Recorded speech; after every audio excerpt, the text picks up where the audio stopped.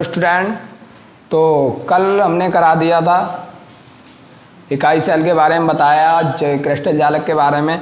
तो आज हम इकाई सेल के प्रकार पढ़ेंगे। तो इकाई सेल कितने प्रकार की होती है जो बोर्ड में पूछा जाता है। बहुत ही इम्पोर्टेंट टॉपिक है ये बोर्ड के लिए। सरल इकाई सेल कितने प्रकार के होते हैं, क्या होते हैं, इसकी क्या विशेषता है। तो सरल घनी इकाई सेल, इकाई सेल जो होते हैं हमारे तीन प्रकार के होते हैं। सरल घनी इकाई सेल, इसे हम SCC कहते हैं, और दूसरा होता है अंतःकाय घनी इकाई सेल, यानी इसे BCC कहते हैं। फलक केंद्रित घनी इकाई सेल FCC। ये इकाई सेल जो होती हैं हमारी तीन प्रकार की होती हैं। तो हमने देखा कि इकाई सेल जो होती है किसे कहते हैं, यानी इकाई सेल वे छोटी छोटी मूल इकाइयाँ होती हैं जो हमारे लगातार जुड़कर एक दूसरे से क्रिस्टल जालक बना लेती हैं, उसी को हम इकाई सेल कहते हैं। तो इकाई सेल जो होता है, जैसे हमारे परमाणु होते हैं, जैसे इकाई सेल में इकाई सेल, तो इकाई सेल में जैसे ये हमारे परमाणु होते हैं, जैसे उसकी आकृति जो होती है इकाई सेल की क्यूब के आकार की बनती है। जैसे मैंने पिछली वीडियो में बताया था क्रिस्टल जालक की जब कराया था तब, तो ये क्यूब के आकार का होता है। तो हमारे जो चार परमाणु थे वो ऐसे रहते थे। जैसे ये हमारा क्रिस्टल जालक है, क्रिस्टल जालक में ऐसे ये बना था। तो इसमें जो परमाणु हैं, ये वाले परमाणु ये आपस में टच में, तो ये परमाणु है। अगर जब ये क्रिस्टल जालक बनता है, ये तो मैंने एक लेयर बना दिया, एक लेयर है इसका, तो इसके ऊपर ही एक और लेयर रखा होता है। तो ये रखा होगा तो ये इसका ऊपर वाले से मिल रहा होगा, इसका भी मिल रहा होगा ऊपर वाले, क्योंकि ये एक दूसरे के ऊपर रखा जाता है, और इसका भी और इसका भी। तो हमें जब ये मिलाते हैं तो ये हमारा क्यूब बनता है। जैसे ये हमारे चार परमाणु हैं, चार परमाणु, जो ये वाला है जो साइड वाला परमाणु, इसका इससे मिल जाता है, एक और परमाणु इसके ऊपर लेयर रख जाती है, तो ये वाला परमाणु ऐसे मिल जाता है, और इस वाले का यूँ मिल जाता है, और ये साइड वाले का इससे ऊपर वाले से मिल जाता है, और ये इस वाले का ये दिखा नहीं सकते, ये अंदर वाले से यहाँ मिल जाता है। तो ये हमारे जो परमाणु होते हैं, तो इकाई सेल इतने परमाणुओं ऐसे मिलकर बनी होती है। एक दूसरे के ऊपर अगर लेयर रख दें तो ये इकाई सेल बना लेती है। तो इकाई सेल में अगर पहली पढ़ें तो उसका नाम है SCC। SCC में जो होता है, जो परमाणु आयन होते हैं जो घन के प्रत्येक कोने पर उपस्थित होते हैं। घन के क्या कोने होते हैं, 1 2 3 4 5 6 7 8, यानी 8 कोने होते हैं, यानी आठों परमाणु, आठों कोनों पर ये परमाणु उपस्थित होते हैं। इकाई सेल में घन के प्रत्येक कोने पर परमाणु उपस्थित होते हैं। तो लिख देंगे परिभाषा में, अगर SCC की परिभाषा देनी हो तो वह इकाई सेल जिसमें परमाणु या आयन या अणु घन के प्रत्येक कोने पर उपस्थित रहते हैं, उसे हम SCC कहते हैं। तो ये SCC की डेफिनेशन हो जाएगी। तो अगर BCC की बात करें,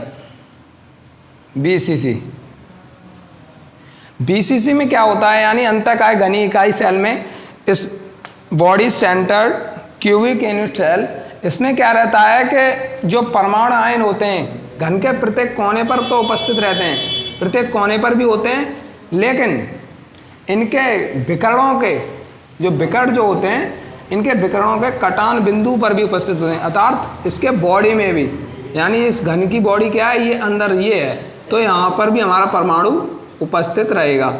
तो अंतःकाय में क्या रहता है कि इस सेल में क्या रहता है कि इकाई सेल, इस इकाई सेल में परमाणु आयन घन के प्रत्येक कोने पर उपस्थित होते हैं, आठों पर, और उसके अंदर भी, यानी बॉडी में भी उपस्थित रहते हैं, घन की बॉडी में भी उपस्थित रहते हैं, उसे हम BCC कहते हैं। तो इसकी ये परिभाषा हो जाएगी। और फलक केंद्रित घनी इकाई सेल में, यानी FCC में क्या रहता है, FCC में अगर मैं दिखाऊं तो FCC में परमाणु जो होते हैं प्रत्येक, इस इधर में बना के दिखा दे रहा हूँ पहले। SCC की ये कंडीशन होती है। BCC में क्या रहता है, BCC में परमाणु आयन जो होते हैं, ये अगर दर्शाएं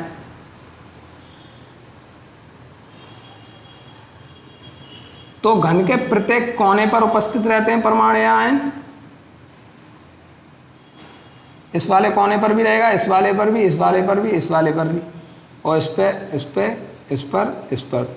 तो घन के प्रत्येक कोने पर भी उपस्थित परमाणु या आयन होते हैं और उसके बॉडी में भी होते हैं।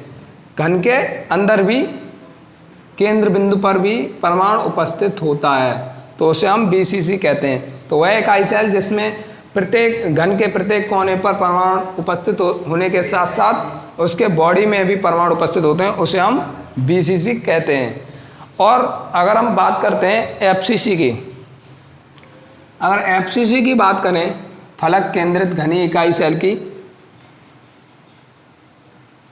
एफसीसी, तो एफसीसी में जो होते हैं ये परमाणु आयन या जो अणु होते हैं वो घन के प्रत्येक कोने पर उपस्थित होने के साथ साथ, यानी घन के प्रत्येक कोने पर भी उपस्थित होते हैं ये,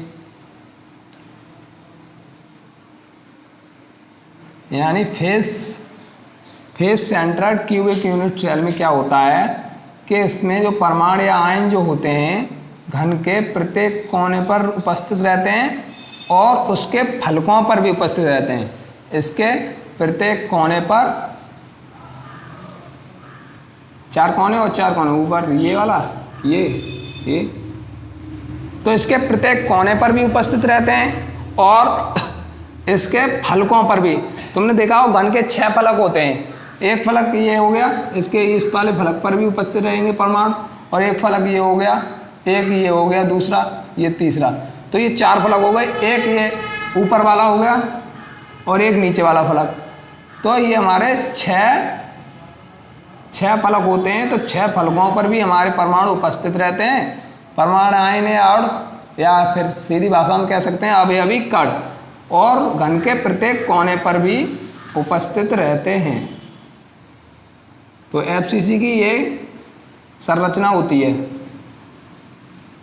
तो बीसीसी में क्या रहता है, एससीसी में परमाणु आयन जो अवयवी कण होते हैं घन के प्रत्येक कोने पर उपस्थित रहते हैं, और बीसीसी में घन के प्रत्येक कोने के साथ साथ उसके अंदर भी परमाणु आयन उपस्थित रहते हैं, उसे हम बीसीसी कहते हैं। एफसीसी में घन के प्रत्येक कोने के साथ साथ उसके फलकों पर भी 6 फलक होते हैं, उन 6 फलकों पर भी हमारे परमाणु उपस्थित रहते हैं, उसे हम एफसीसी कहते हैं। तो ये हमारी एससीसी, बीसीसी और एफसीसी की परिभाषाएं हो गई। और इसमें हमें ये भी पूछा जाता है कि अगर एससीसी हो इसके द्वारा कितना क्षेत्र घेरा जाता है, तो इसके द्वारा हमारा जो बनता है कितना क्षेत्र घेरा जाता है क्रिस्टल जालक में 52.4% होता है, इतना क्षेत्र घेरती हैं एससीसी। और ये विकल्प में पूछ लिया जाता है, विकल्प में कभी कभार पूछ लिया जाता है किसी क्रिस्टल जालक में एससीसी यानी सरल घनीय इकाई सेल का कितना योगदान होता है, तो 52.4%। और इसका रहता है बीसीसी का क्या रहता है 68%, यानी बीसीसी में 68% परमाणु क्रिस्टल जालक बनाते हैं, और एफसीसी में हमारे 74%, लगभग 74% के समथिंग हमारे परमाणुओं का योगदान होता है क्रिस्टल जालक बनाने में। तो इनको हम आगे सिद्ध भी करेंगे कि एफसीसी में कैसे इतना परसेंट आया और ये कैसे आया, ये कैसे इनके डेरिवेशन है वो आगे निकालेंगे। तो आज के लिए इतना ही, थैंक यू।